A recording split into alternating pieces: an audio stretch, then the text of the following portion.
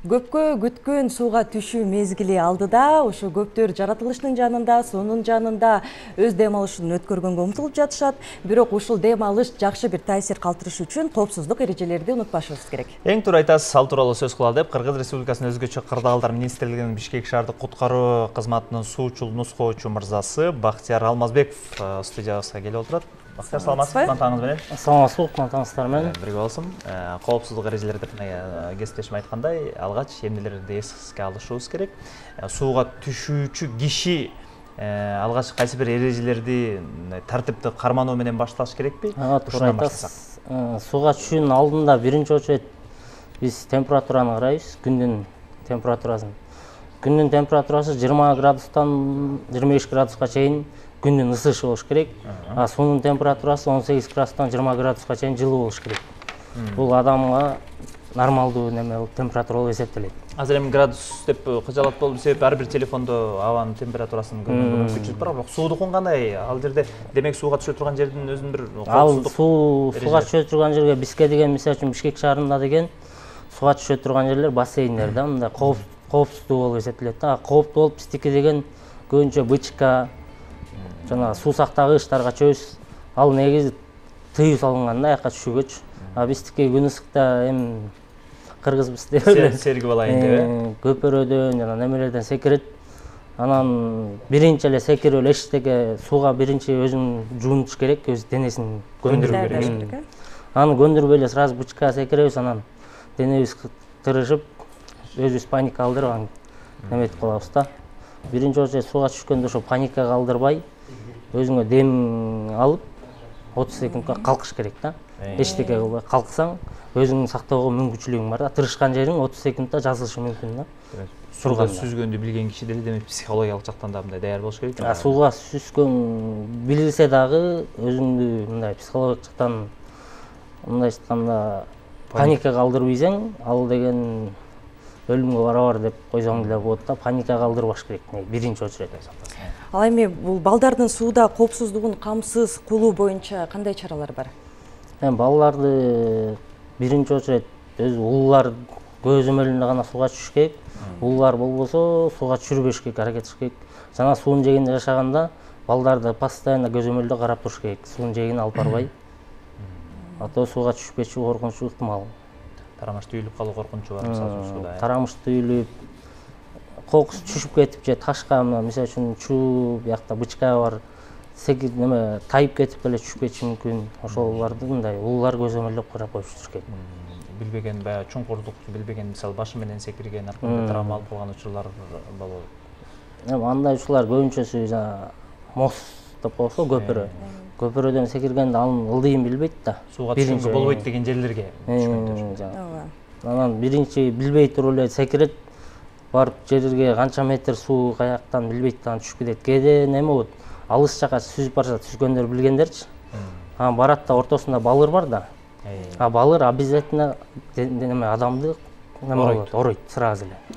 Ошолорда бир неме кылыш, эске алыш керек да, түшүп аткан адамчы. Ал эми жанагы скутерлер, кемелер, жарандар ошону колдонуп жатышпайбы? Ошондо кандай болот? Ошонун коопсуздук чаралары кандай? Эми скутерлер, жана катерлер деп аларды өзүнүн техникалык безопасности менен аякта инструкторлор болуш керек обязательно. Үйрөтүп, жана жанына алып жүрүш керек. Мисалы үчүн биринчи түшкөн адам билбейт да. Анан өзү неме кылып, айдоочу болуп, жанында болуп, жанына постоянно карап туруш керек. Неме менен, жилет менен болуш керек постоянно. Бактияр мырза жөн келбей атайын бизге көрсөтүүчү манекенди ала келген экен да. Бул мисалы үчүн алгач сиз айткандай кокус болбосун, бирок болуп калган учурда дал ошол чүккөн кишинин жанында болгон киши алгачкы биринчи медициналык жардам дейбизби же алгачкы көрсөтүлүп турган жардамды кантишибиз керек, кандай эрежелерди эске алышыбыз керек? Эми биринчи адамды суудан алып чыкканда эле акыбалын байкайбыз. Мисалы үчүн дем алып атабы, дем алган жокпу? Биринчи очередь дем алып аткан, дем албаганын билбей үскү же неме болгондо адамдын оозун алып келсең же мурдун алып келсең сразу буу чыгат. Ошондон бир мисал, ошондон билсек болот. Дем алган. Дем алып аткан же дем албай аткан.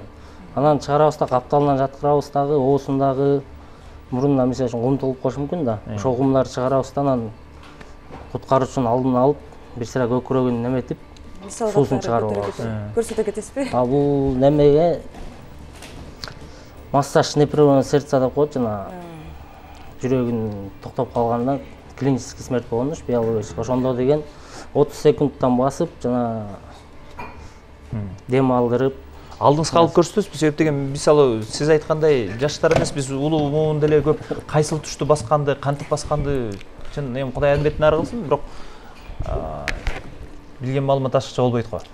Биринчи очередь сууну алып чыгып, капталынан жаткызып, Бул оозунда суу болсо оозундагы, мурундагы куум сууларды чыгарып, анан байкайсыз дем алып атса, неме массаж непрерывный сердца кылбайбыз, дем албай, дем албаган учурда гана неме воздух беребиз да өкпөгөчү.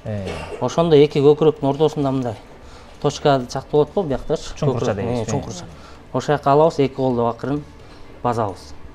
Өтө катуу эмес. Өтө катуу эмес, өтө неме эмес. Кээде көрөң кабыргасы жаш балдардыкы неме болот да. Акырын базабыз, 30-35 же 40ка чейин басып анан бир үйлөйбүз оозунан. Үйлөп турган кайра. Ошону бир 2-3 жолу кайталайбыз. Адам оозунан дем алып кетет, либо ага чейин эле скорийлар келип калышы неме аралыкта. Анан сразу скорийге өткөрүп бериш керек андай учурда. Адам деген жылуу суда деген 5 мүнөттөн 10 мүнөткө чейин неметсе жашай алат да, мындайча чөгүп кеткенден кийин алып чыгып жетишип каласың. Мустакта 10 мүнөттөн 15 мүнөткө чейин сыртка алып чыгып, неме ооз суусундагы куум сумдарын эметип, массаж непрерывный сердца кылып, адамды аман алып калууга мүмкүнчүлүк толук бар да. Жакшы экен. Андан сырткары, мисалы үчүн жаш балдар эмес, чоң кишилер деле кээде коопсуздук эрежелерин карабай, ар кандай ичимдиктерди ичип алып, мындай мас абалында сууга түшкөн, булар да өтө коркунучтуу да азыр болду. Андай учурлар бар. Мен могу иштеп жүргөндө көп эле болду, ошол окуялар көп эле кездешет. Мисалы үчүн мындай көп алыс кетпей эле бычкан жегинде ичишет, эс алышат, анан сууга чөмдө ошойдон тырышып кирип кетишет. Ошол негизи мас абалында сууга эч качан түшүүгө болбойт. Сен 10 жыл мындайча айтканда суу менен чаба көргөн билсең дагы мас абалында категорически мындай түшкөнгө эле болбойт да, түшпөй эле коюш керек. Ошо үйүңө барып эс алып туура айтасыз. Чөгүп кетаткан адамды мындай эч кандай эч нерсе билинбейт экен, жөн эле чөгүп кетет экен. Мисалы ошол жерде иштеген куткаруучулар жумушка келгенде алардын бир билимин карап алышабы же жөн эле ушундай нерселерди үйрөтүп эле ала береби? Ал сөзсүз жумушка келгенде биринчи очередь өзүңдүн знанияң болуш керек, билимиң коруп, анан психологический жактан жакшы болуң керек. Мисалы сен бир эле бияк менен иштебейсиң да, сен деген ар кандай случайлар чейсиң, көп случайлар болот, ошого даяр болушуң керек морально, психологический. Ошол да учиттейт, анан физический жактан, анан мисалы үчүн жыл сайын аттестация болуп турат. Кудай буйрса биз аттестация 2 жыл билим беришти, текшерип жакшы өтүп турат.